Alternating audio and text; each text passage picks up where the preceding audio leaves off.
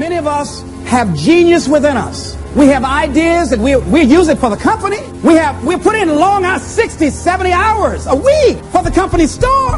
We'll break our backs for the company. But when it comes to us, when it comes to using our genius in our own behalf, taking a chance with our own creativeness, acting on our own dreams and ideas, somewhere along the line we get paralyzed. We find some reason not to do it. Oh, I did that. I'm not as good as they are. I don't have their education.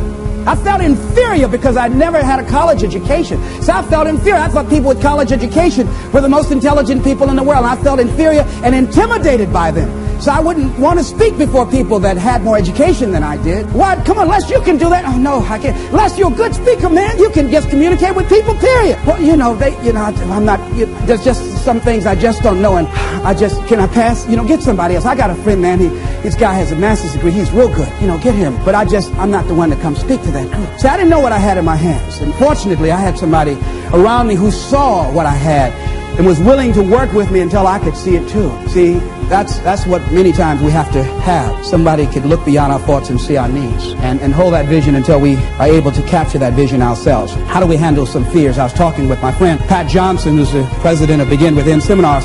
Think about some major fear you have. Here's one thing she said, which she said, Les, if you got a real major fear, she said, take a deep breath and see yourself strong enough and more than able to handle that fear, whatever it is, whatever that fear. Just feel that you have the strength and the power and the capacity to handle it. Another friend of mine named Ron Weiner, he says, when I'm confronted with a fear, I just practice the art of looking beyond the fear. I go behind it and see it already completed, see it already resolved, and then I carry myself accordingly as if it already is taken care of. That dispels the fear for me. Another friend of mine by the name of Jack Wilson said, when I experience fear, I think about when I was in Vietnam and what I handled back then, and I look at what I'm dealing with right now, and the fact that I survived that, the fact that I had other kinds of situations that were close calls, or that I was overwhelmed with fear, and I came through it, then I look at this and says, this is nothing here. And we've all had that experience, what Jack had. How many of you had some situations that you were in that you're overwhelmed with fear? You didn't know how you're going to come out, how you're going to survive, and you did. You survived and you didn't die. So as you begin to look at the fears in back of you, you came through those fears,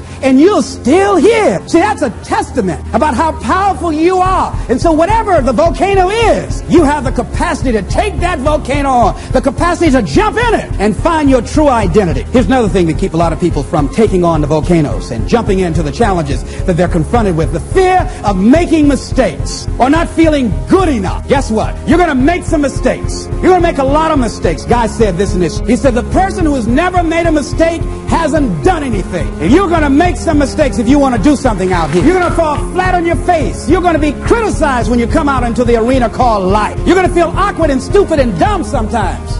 It goes with the territory. But it's okay. What's important is that you bring your stuff out here. Are you good enough? Prepare yourself. See, there's no substitute for competency.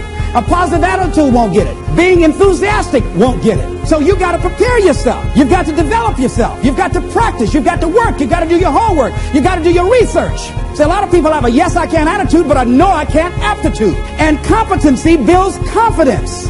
And confidence feeds into competency. See, the better you become, the more confident you feel. And the more confident you feel, the better you want to become. You can better whatever you've done so far. You can go beyond that. You don't become cocky and arrogant, feeling that you've already arrived, as most people have. And that's why they've settled for less than what they rightly deserve in life. Because they feel they've arrived. And they say, well, I can rest now. I can rest on my laurels now.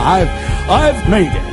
No. As long as you're breathing, you've got some more work to do. There's something else for you to achieve. Unless you've made some major mistakes in life, you haven't started living yet. So a lot of people, if you've never made any major blunders, made some major mistakes, lost some serious money, taken some serious risks, you haven't started living yet. You don't call that living. Not rocking the boat, going through life quietly, tiptoeing safely to an early grave. No.